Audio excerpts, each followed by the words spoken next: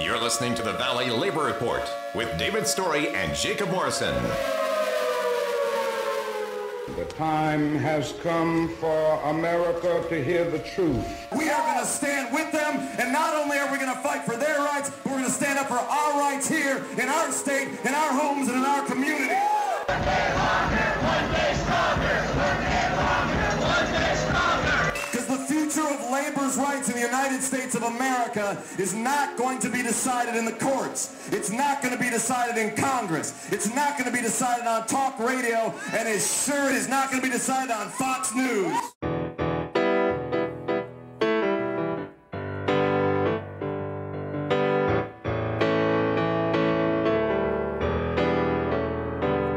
You better listen, my brother, 'cause if you do, you can hear their voices still calling from across the year. Dear friends, welcome to the Labor Radio Podcast Network series highlighting the work of our members.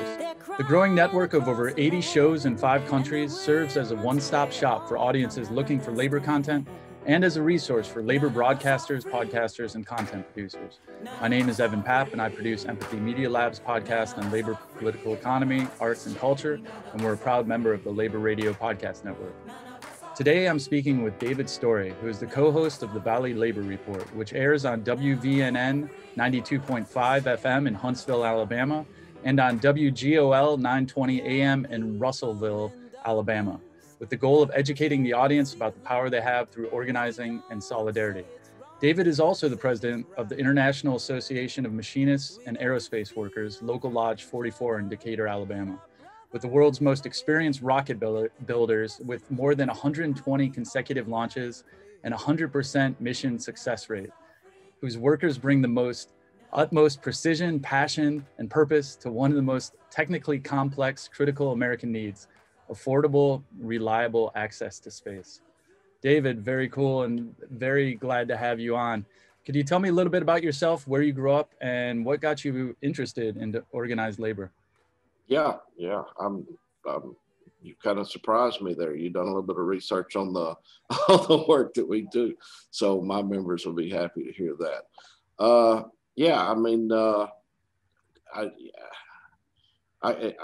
start from the beginning. I grew up in a blue collar, working class family and neighborhood in Decatur, Alabama. My great grandfather was a machinist with I think it was L&N Railroad in the early 1900s in Decatur, right at the beginning of when they were laying track and things like that. My grandmother was a president of her union and a staunch supporter of organized labor for as long as I can remember. And my dad was a steel worker. Well, he started out as a paper worker in the paperworking industry, and then they merged with the steel workers later on. And he served as vice president in his union and on the negotiating committee, numerous other things, representing membership there. His sister, my aunt, was a Alabama State Employees Association member working for the state of Alabama in the mental health industry. So,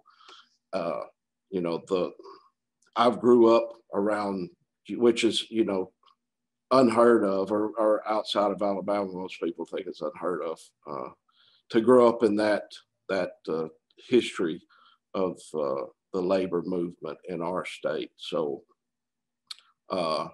my grandfather had actually went to Flint during the automotive boom. Him and one of his neighbors had went up there and went to work at the Ford dealership or the Ford factory up there. And during the 1930s? Yeah. So they saw the Flint sit-down strike, and well, he died before I was ever born. Actually, he died at like 37, I think. So my dad was just so I don't know a whole lot of history. I would like to think maybe he was involved in that, but for certain, you know, he was up there around that time. And it very well could have been that that's kind of what brought our family that type of labor history, was him going up there and being around that and kind of coming back home with that. So yeah, and so my dad was a paper worker, and that was like probably the best job for certain North Alabama, and probably within a 400 or 500 mile radius. People would come from Georgia, from Tennessee, and from Mississippi to work at this factory because it was extremely well paid, good benefits in the whole 9 yards. And so I kind of grew up thinking, if I could get on at that factory, then I would, you know, I'd be set, because I mean, we weren't rich by no stretch of the imagination, but, you know, unlike a lot of the other people in our area, it was, we were very well off, you know, fortunate for him to have that job. So as I guess as a young kid at 16, got my first car and started, you know, thinking about dating and things like that. So I had to get a job, of course. Dad wasn't going to pay my way, and you know, but he also said, look, you know, whatever you do, you need to work union. You're all, I mean, it was just ingrained in us. You always got to work union. And so one of the neighbors down the street, he actually went to church with us at the time. He drove, I think it was like a mid-70s Chevrolet Camaro. I mean, you know, for a 16-year-old kid, that was a nice car. But he was a butcher in a grocery store. And I mean, they had actually a nicer house than we did. They had like a 2-story, just gorgeous house. And I thought, well, he's a union butcher, so I'm going to go to work at the grocery store with UFCW. And so I went to work sacking groceries at 16 with UFCW. I worked there. And that's the United Food Commercial Workers for United. Yeah, exactly. Outside the lingo. Yeah. Sorry, I mean, we may be bringing in listeners that aren't well versed in the union talk. So I worked there. My senior year, I'd been going. They do a trade school here, so you can, like in high school, you can actually go, because I was a terrible student. So I mean, anybody that knows me knows. So Dad was like, you got to get a trade. You're never going to make it in college. You're never going to really excel in the business community. So I was like, okay, they got this kind of like a cooperative trade school, to where you go to high school for half the day, then you go to trade school for the other half of the day. And I had a buddy that was a machinist. And so I was like, well, that seems like a pretty cool job. So I went to trade school, and then I'd done well enough in school that the instructor had some job openings through some friends that he knew at one of the local machine shops. And so he recommended me go over there after school. And so I would go to school for the first half of the day, and then I'd go to work at this machine shop on second shift for the rest of the night, and then get off at 11 o'clock, come home, do the whole thing over again. It was terrible. I graduated with my machinist certificate, and I respect any machinist that's out there that may be watching, but standing in front of a lathe or a mill all day and making these parts for 8 hours, I mean, I enjoyed the work, but it was I think I probably have ADHD or something, because I can't sit still for that long in one spot. And I was just like, not going to make it here. So I graduated, kind of kept on doing that work, just completely burned out. And I finally said, as a lot of teenagers or young gentlemen do, around this area, I was like, Atlanta's the place for me to be. I need to go to Atlanta, the big city, sow some wild oats. And so I went over there for about a year, just completely broke, completely destitute after about a year. I won't even go into everything that was going on over there, but I came back home kind of with my tail between my legs and thought, I think I was around 22 at the time, and I called Dad on the way before I left home. There wasn't cell phones at the time. And I was like, yeah, I'm coming home. And you know, luckily my dad's very, very kind-hearted, gracious person. He didn't rub it in. He was just like, all right, well, the door's open. We'll see you whenever you get here. So I got home and he says, well, you got to get a job. Got to start job shopping. Well, it's funny the way these things tie back in together, because my grandfather that went to Flint with his neighbor, he came home and actually started a pool hall, and he had enough money, and that's kind of what he done while he was back home. But this neighbor that went with him, he came back home and went to work in an aluminum factory, Fruhoff. They make 18-wheeler trailers. Lucky enough, I had grew up with his grandson. We had went to school together. And so I called him and I said, hey, can you help me out? And bam, within less than a week, he had a job. He was like, we got some machinist openings at Fruhoff. And it was on night shift. They worked 7 at night, 7 in the morning. Show up with your toolbox and I'll introduce you to everybody. And I was like, cool. Nice union job there too. I mean, it was real good.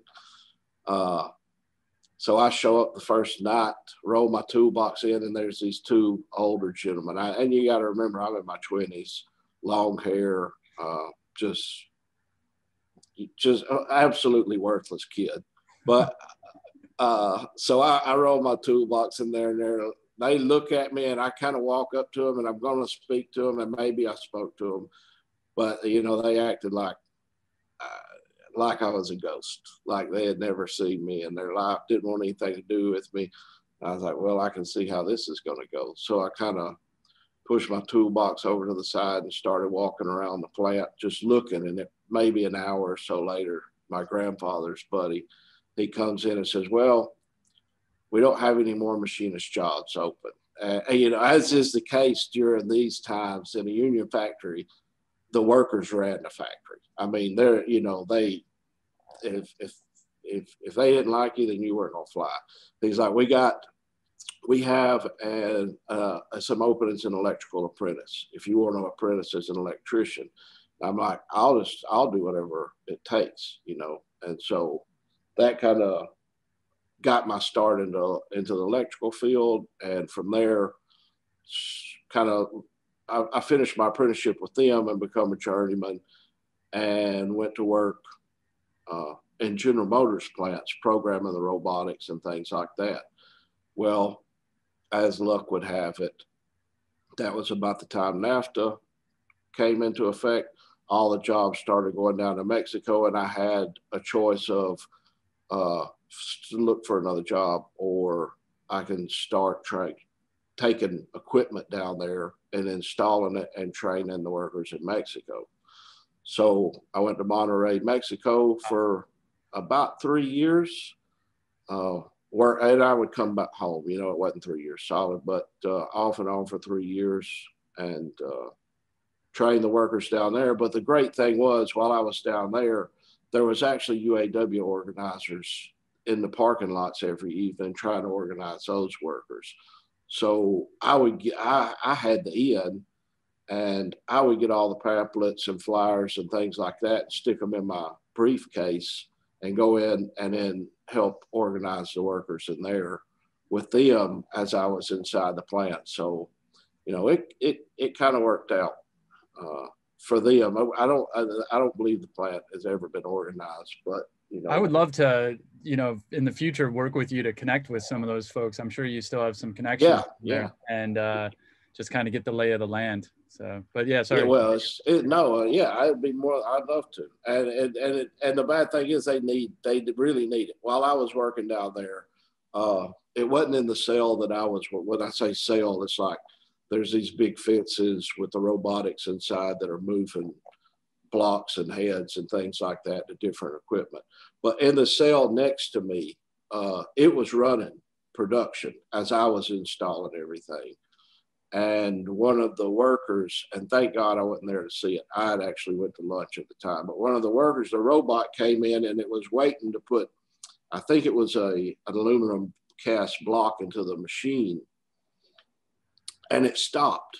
And, you know, it's unfortunate, but it speaks a lot to the amount of training that union workers have. He didn't understand the concept of what that robot was waiting on, but it was waiting on a couple of clamps, for lack of a better word, to open up so the block could go in.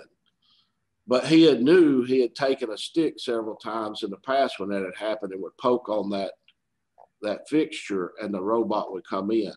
Well, he took the stick and poked, from my understanding. It didn't go in, so he kind of reached over there to grab it. And when he did, it came in and killed him, you know, and it speaks to the work that they do and the exploitation that they have down in, the companies get away with in Mexico.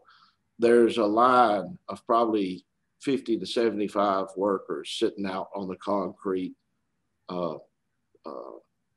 walkway in front of the plant, just waiting on somebody to either die or get injured and get taken out on a stretcher, and they will just go out there and pick one and bring them back in. So, you know, it's a terrible situation that they're in. But so yeah, I'd done that for a little while, and then while I was having to travel, so I was looking for a job while I was doing that, and wound up coming to my present employer, building rockets. And how I ended up in that, I have no clue. Just luck of the draw. I was looking for union jobs, and that one come open, and so yeah, been with them for about 15 years. NASA strategically moved sites in many different places, with both launching and I think in production as well. Was that a part of it, or what's kind of the history of the plant, or like the aerospace within Northern Alabama? Yeah, well, it's a funny history. What it was a union busting attempt. The history was, initially the rockets were being built in California, and it was machinist jobs there. And they shut the entire plant down and outsourced it to Alabama. And we've kind of always said the running joke in Alabama is we're the last stop to Mexico. I mean, we're the most, you know, us in Mississippi are probably the most exploited workforce in America. And so I think that they thought that if they could get it somewhere down south in a right to work state, you know, in more of a rural area, that they could free themselves of you know, the worker collectivism. And it didn't work out for them. They built the plant. I think in 99, they built the plant. Maybe they started building it in 98. We came online in 99. And within a year, we had organized with the same machinist union, just a different local, but the same machinist union that was representing the workers out there. And you know, it benefited the company some, because the wages when they brought it down here were cut in half. So it's taken it took several years to get those wages and benefits back up to where they are now. But now we still have a small workforce that's in Vandenberg, and a small workforce that's in Cape Canaveral that actually launch. And they're still a little bit more paid, but it's more like a regional difference. They're roughly $3 to $4 an hour at a higher hourly rate than we are. So it worked out, and we're very pleased that you know, to be in a right to work state in the state of Alabama, where people don't have to pay dues. They get the same pay as the guy working next to them that does, or the gal that's working next to them. and we still run between 93 and 95% union density. Means 93% of those people are actually union members. I think it says a lot about what the Machinists Union has done and does, for the workers, because if they didn't see a benefit, they wouldn't pay dues. Yeah. I think not enough people know about strategic industries, about capital goods productions, about the machine tool sector, and even space technology. You invest in that, you learn that technology, it can then come back and improve all other technologies. So like, for instance, the Apollo program, for every $1 that was invested in it, we had a over $10 return on that investment. A lot of people have grown up in a post-industrial society where they haven't seen production. And a lot of people in high positions of policy making don't understand the importance of the strategic importance of the machine tool sector and the capital goods sector. It's an unhealthy economy when we're at 70% consumer spending. You want most of the money being made through capital goods, and then that's also would help with our trade imbalance if we lead on a lot of these sectors. So it's something that I would love to get a little deeper into in a subsequent interview. Yeah. And I mean, you're absolutely right. A lot of people think that private industry creates a lot of these, a lot of the things that we enjoy today. And the fact is, most of the things that we enjoy today was created in the public environment. The internet being, one that's famously created by the military. And also the fact that in space is, regardless of what you think about space exploration, space in general is the next, if we're not there, there's going to be a serious detriment to the national security, because that's where the next wars will be fought, will be that, you hear people talk about the wars being fought online. Well, they're fought online, but they're fought through satellites that's in space. So it not only benefits the nation as far as technological wise goes, it's also a national security investment as well. Absolutely. So to talk about your show, why did you want to start it, and what was the process? Because other people may be interested in starting their own show, and what is it about? Yeah, so our show, I don't know that I really wanted to start it. It was one of these things to where Jacob is my co-host. So, and you've already interviewed him. It is a great show. If I need to plug that, because if you watch this and you hadn't watched the show with you and Jacob, then you definitely need to check that out. But he's a fellow AFGE member, American Federation of Government Employees, and he had hit me up a couple of years previous. He was wanting to do a radio show, but he was wanting to do more of a liberal politics radio show. And he wanted to know if our local would be interested in, purchasing commercials and things like that. And I knew it wouldn't fly because I have a fairly conservative local. They were not going to be interested in investing in a liberal talk show.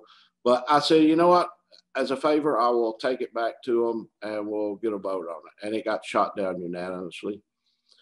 And so the time went on, and I was running several organizing campaigns in the area.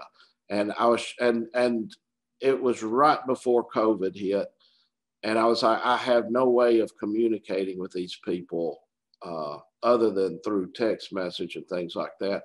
And then it kind of come back up in my mind. And I was like, this radio show that Jacob was talking about, I wonder if I can convince him that we need to do a labor-oriented radio show. And so I picked up the phone and pitched it to him, and he's like, yeah, I'm down for whatever. And so it just kind of, I guess he planted the seed, and then it just kind of organically grew. And then we started thinking about, well, okay, everybody's doing podcasts, everybody's doing YouTube, but we wanted a way to communicate with people in the community that may not, and that does not hear what we are saying every day. So we picked the most conservative right-wing radio show in the market. It's also one of the biggest, I think it is actually the biggest radio station in the North Alabama market. And we talked to him, and the program manager was like, yeah, I don't care. If you pay us, we'll take your money, and I don't care what your politics are. And we was like, well, great. That works out perfect, because I think the people that are listening to the show will actually care what our politics are, and will actually care about how we feel like you can improve your lives, in a substantial way. And so, so we've been on the air for, in May, it will be 1 year. And it's been strange. It's been great, but it's been a challenge, because neither one of us, are media experts or communications experts, so we had to do a lot of learning real quick. And the show was, it wasn't bad, but it was pretty terrible early on. And depending on how much I talk, it still can go pretty terrible pretty quick. Jacob is very polished, and I'm kind of just fly by the seat of my pants style. So, but yeah, that's kind of our show, and we're just talking, labor unions for an hour and a half on Saturday mornings, and the response has been overwhelmingly pretty positive. We have one of the ones that Jacob likes to talk about is the guy that called in 6 weeks or so ago, and we put him on the air. I had no clue what he was wanting to talk about, but he said something to the effect of, I hate y'all's politics. It's terrible. But what do I have to do to get a union in my workplace? And so, and we got off the air. It was like, well, it's working, Yeah. And, this is, from my understanding, the network radio station that Sean Hannity started at. Yeah, actually, yeah, he got his start here at WVNN. That was back when it was an AM station, I think in the late 80s, early 90s. But yeah, that was the first talk show that he done, was on our station. So yeah, it's ultra conservative. It's the same station that plays Rush Limbaugh. What is some others? What is the Weasley guy? He's from California now. He's moved to Tennessee. Ben Shapiro. All of these crazy right-wing lunatics are on there. This is probably the worst part, is I've never listened to this stuff in my life. I just refuse to listen to this type of media. But I've started listening to it more now that we're on that station, and I'm amazed that anybody can believe half of what they say, or 90% of what they say. But yeah, it's an ultra conservative station. And you get call-ins, which is awesome. And you also produce it and put it on YouTube, and you cut up clips with headlines like, why telling someone to get a new job instead of unionizing is dumb and wrong. Or another one, caller shares anecdotes about how unions are bad, gets destroyed. It's just, I think it goes back to having this dialogue, which the social media in some ways is really good at getting the message out there, but also, I mean, it's been shown to, we're talking oftentimes to our own people, and to get the most clicks. And the radio station, is on the airwaves for everyone. So it's really great, the work that you're doing. Yeah, well, and I think the radio station, I think, appeals to more my age group. And so, you've got 35 and older listening to conservative talk radio, but then the social media aspect, as far as Facebook, Twitter, YouTube, and things like that, more appeals to Jacob's age group, which is pretty well, in my opinion, a perfect blend, because he's able to convert a lot of those things that we do on the radio and transfer them to social media and put these catchy bylines on top of it. And yeah, it's worked out real well. Yeah, you guys are a great combination, and you really play off each other, and everyone should definitely take a look at your show. And as a member of the Labor Radio Podcast Network, we're constantly trying to expand it to new people who are interested in doing labor podcasts or who already have a labor podcast. How did you hear about it, and why do you think this network is important? Yeah, well, actually, I think it was a sister, Tanya Hutchins, that was a member early on that I think reached out to y'all, or she reached out to me, one or the other. She had knew about our show and was very supportive of it.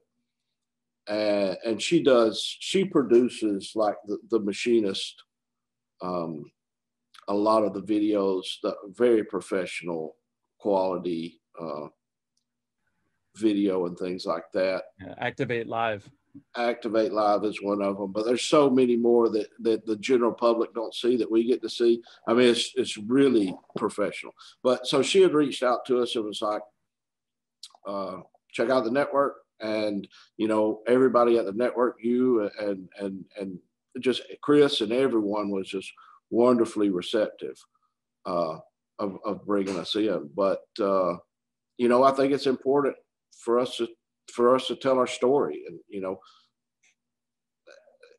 it's the problem is that what I see is and Jacob is emblematic of it, but also my children and really everybody's children, is that our stories in organized labor has been, and I don't know if it's on purpose or what, but it's not told in the history books. It's rarely told on TV or in media or really in any place because you've got just a few corporations that own 90% of the media that we digest, whether it be TV or radio or anything like that.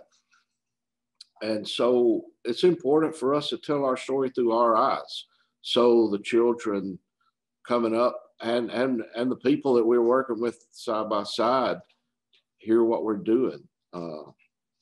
Most Jacob speaks about when he graduated high school, he had no clue what a union was, or what they had done or the accomplishments that's been made, as far as like Blair Mountain and the U.S. Army actually killing people, or the Haymarket affair in Chicago, where several labor activists actually wound up being executed over a ginned-up trial. But those are the things that were fighting for an 8-hour workday. Exactly, that's what I was about to say. That's fighting for our 8-hour workday, but it's not told in school. It's not. It seems to me there's an ulterior motive, and the ulterior motive is don't let anyone know that they actually have any power. And that's kind of why we skew more towards organized labor than a political talk show, because I'm of the opinion that there's more power and solidarity among all of us workers than there is trying to seek help through government agencies, government programs, or any politician. Not to say that there's not some politicians that does wonderful work, but I think it's incumbent on us to build power at the grassroots level prior. And I think history speaks to that when you go back and look. For example, FDR is a good example. He gets the credit for a lot of the New Deal programs, but the fact is, at the time, the CIO was the ones that endorsed him, and if you go back and read history on that, they basically say there's no way he could have got elected without the CIO's help. The strikes in his presidency increased from roughly, it was in the thousands nationwide, to over 4,000 by the third year of his presidency. And it was the pressure on workers that they put on the government that forced his hand. So it was kind of a capitulation. And so that's kind of where we try to bring it back to. The politics is fine. Everybody can talk politics, but we've talked politics for the last 40 years, and it kind of goes back and forth. And really, the average worker, the folks that I'm surrounded by on a day-to-day basis, we've went through, 8 years of Barack Obama. Prior to that, 8 years of George W. Bush, 4 years of Trump.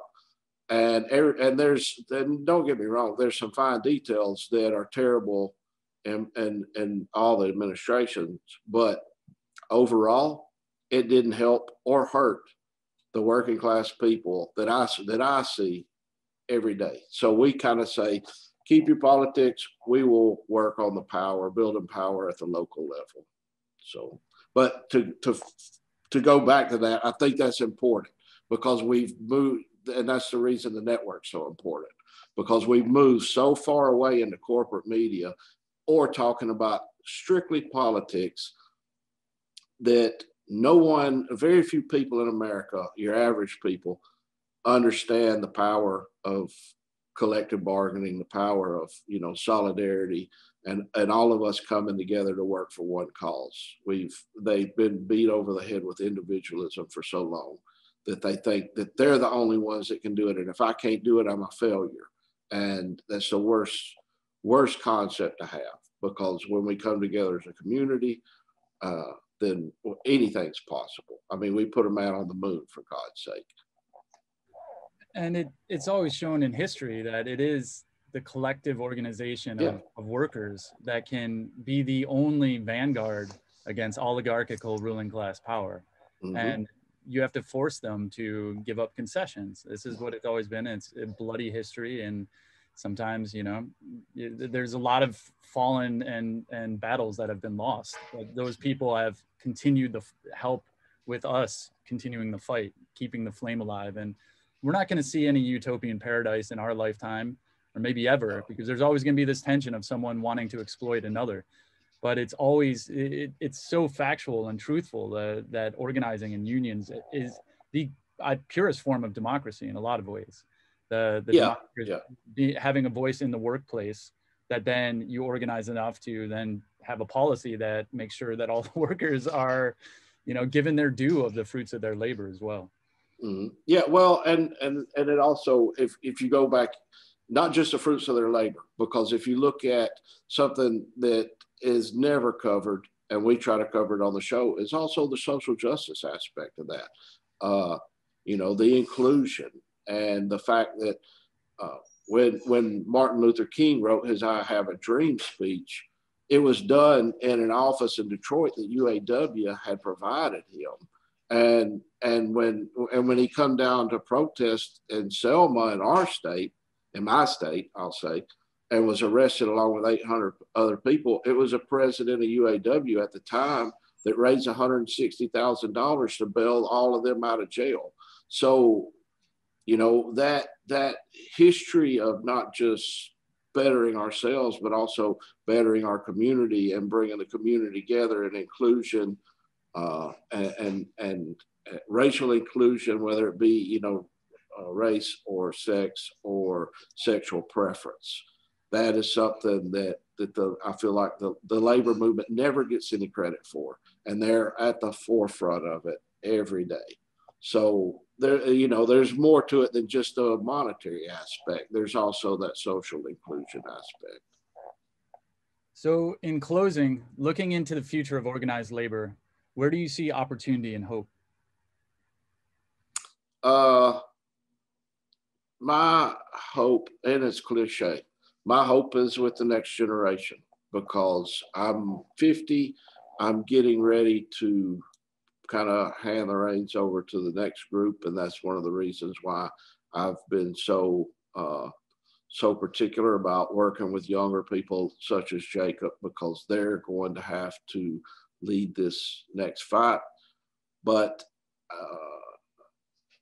I see hope in that generation more so than what I did in mine, because although I grew up in a union family, most of the people that I lived around didn't. And they were just like Jacob. They had no clue. But I see more progressive movements among young people today with the Black Lives Matter movement, you know, at being one. With like my children that are big Bernie Sanders fans. And that was unheard of in the 80s during the Reagan era. And so, or for example, when they're rolling guillotines out in front of Jeff Bezos' house because they're demanding better wages and better working conditions, which is what we seen just a few months ago. And the Yellow Vest movements in France, you know, I see hope in to me, and I'm more of a radical. A lot of the conservative unionists don't care much for my thinking, but I see hope in the streets. And because that's where we've always won our battles prior, were in the streets. They weren't won in political offices. They weren't won in our homes trying to talk one-on-one to people. They were won because people got mad. They took to the streets and they demanded action. And we're beginning to see that social movement and labor movement fed up with all the crap that they've been fed the last 40 years, this neoliberal policies, and they're taken to the streets, and I'm cheering them on. I'm a little bit too old, even though I did go to the Black Lives Matter rally that we sponsored through the, oh, and speaking of which, we actually, I'll give a plug to the show. We actually streamed that live, the organized labor for Black Lives movement 6-7 months ago. So you can go back on our channel and watch that. But I went to that. But, you know, even the week prior to that, the police in Huntsville were shooting people with rubber bullets and tear gassing them, you know, peaceful protesters. So we're seeing the same thing. History's repeating itself with Dr. King, with Eugene Debs, and all of these people that came before us. So this gives me hope that we're on the precipice of seeing some serious change. We've just got to keep agitating, you know, as we always say on our show, agitate, educate, inoculate, and organize.